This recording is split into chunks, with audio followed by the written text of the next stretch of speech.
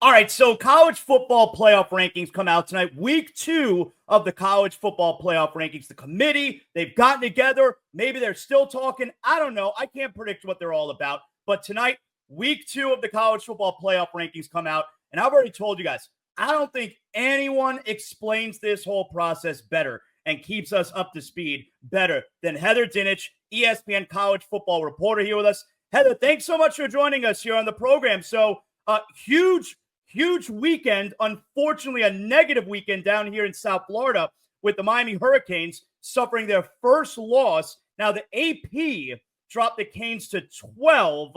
What do you expect the committee's reaction is going to be to the Hurricanes when we see the rankings come out this evening?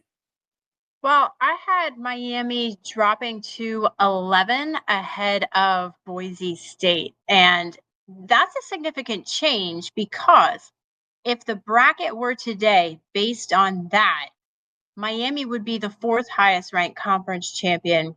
BYU would be the third highest ranked conference champion. So BYU gets a boost in the bracket because of that flip. But Miami is still ahead of the Mountain West Conference champion Boise State in that projection. But I think what's important for college football fans to know is however low Miami drops tonight, think of it this way. That's what the selection committee thinks of the ACC's best team. That's important. Now, it's also important to know that Miami could lose the ACC championship game. I don't think people are giving enough credit to the fact that you could have SMU or even Clemson still has a chance to get into this thing. And so it feels like everyone is assuming Miami's going to run the table and get into this thing, which they probably will. But are they going to win the game? Well, this just in. Everyone's losing in college football. And if you have a 2-loss Clemson that wins, or maybe SMU wins, that opens the door for the committee to at least consider Boise State as the fourth highest ranked conference champion, which means the ACC on selection day could potentially lose that first round bye. So all of these things that we see tonight unfold are little bitty clues that help show how realistic that possibility could be on selection day. I was thinking about that. So you believe, even if it's a slim chance, you do believe there is a world where the Mountain West champion could be in the top 4, and maybe the ACC champion ends up being outside and winds up playing in the first round. Let me ask you this. Let's say SMU wins the ACC. It seems like only one ACC team is going to get into the playoff, and that would be with the automatic berth. But if it's SMU that wins the ACC, does the committee care if it's only SMU from the ACC, or will they try and make a case for a Miami, who I assume would have lost in the ACC championship, or even a Clemson?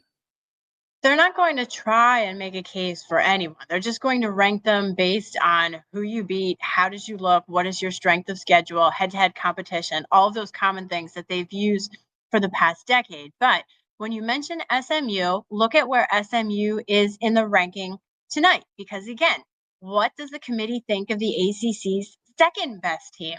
I've got them projected behind 2-loss Ole Miss at number 14, which means if the committee agrees with me, they're going to be behind 3 2-loss SEC teams, Alabama, Georgia, and Ole Miss. That doesn't bode well for the loser of the ACC championship game. So, to me, Miami has to run the table and win the ACC. SMU, if they win the ACC, they're in. But for the runner-up of that game, I think they're out. Obviously, folks down here, Heather, are excited about the Hurricanes despite the loss this past weekend. But if the Canes do win the ACC, and let's assume they'll be in the top 4, let's assume they'll be ranked ahead of the Mountain West champion. You look at those teams that are going to be up there with the Hurricanes, Oregon, let's just, for argument's sake, let's say Ohio State, Texas, and the SEC. Canes are not on the level of those teams, are they? Defensively, no. But if Cam Ward is playing his best, they can put 50 points on anyone. I believe that. I mean, they have some real legit talent there offensively. They're fun to watch. But you saw what happened against Georgia Tech when mistakes are made. And that's not just Miami, that's any team. I can't tell you how many coaches have told me the key to the game this week is winning the turnover battle because that's the key every single week.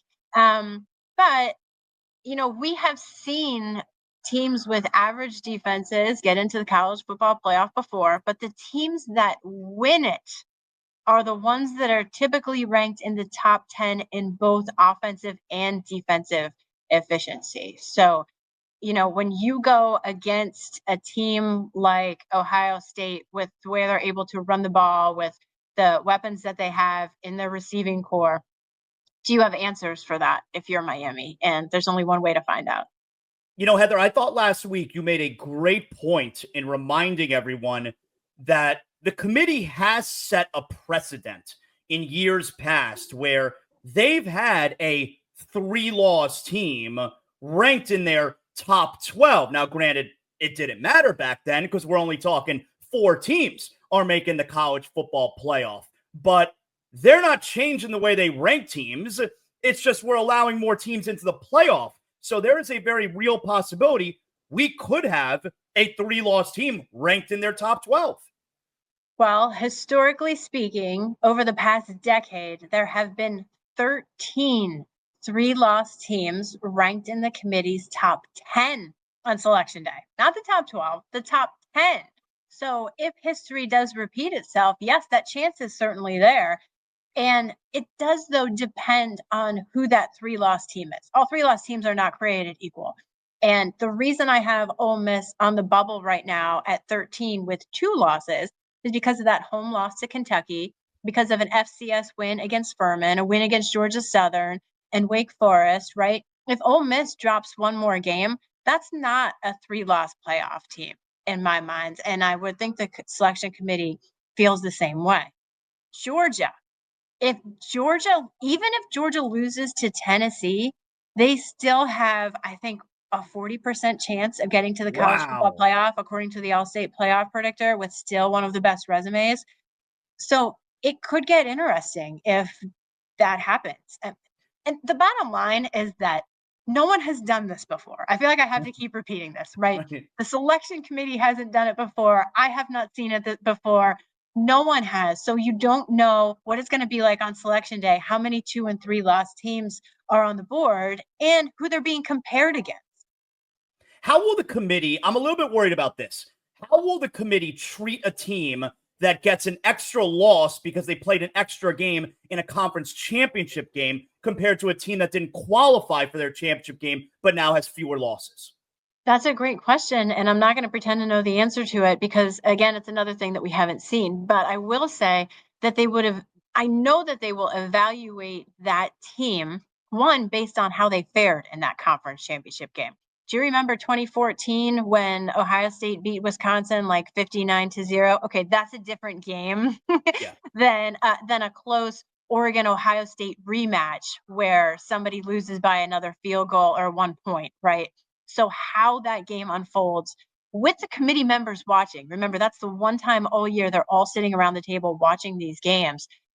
If it's a 3rd loss, that could be very interesting because and have they played the team before? Is it a rematch? Are Texas and Georgia playing again? You know how hard it is to beat a team twice. Ohio State, Oregon, same thing, right? So all of those factors would be considered, but it's going to be hard for the runner-up if they do earn an at-large bid to recover from an emotional loss in the conference championship game and then win 4 straight games to win the national title. I don't care who you are. That's tough. Lastly here, Heather, this weekend, college football tailgate. I'm in Athens. All right, Georgia, Tennessee. I'm very excited for this one. I have to assume you've been to Athens. It's a night game. What's in store for me this weekend? Actually, I have not been there. I can't wait to hear all about it, but I'm glad to see you guys got out of the state of Texas. I feel like you've been there. Oh, my God. We've seen Texas 4 times so far this season. This will be the 3rd time we've seen Georgia. First time we're seeing Tennessee, but we haven't been to Athens yet. I'm very excited about this game. Awesome. Well, I will be following you on the socials, right, to see what it looks like. So I'm sure it's going to be fantastic, and it's a huge game for both teams. Thank you, Heather. I'm sure we'll be seeing you on TV tonight when the rankings are released. Keep up the great work. I appreciate you stopping by here today. You bet. Thank you.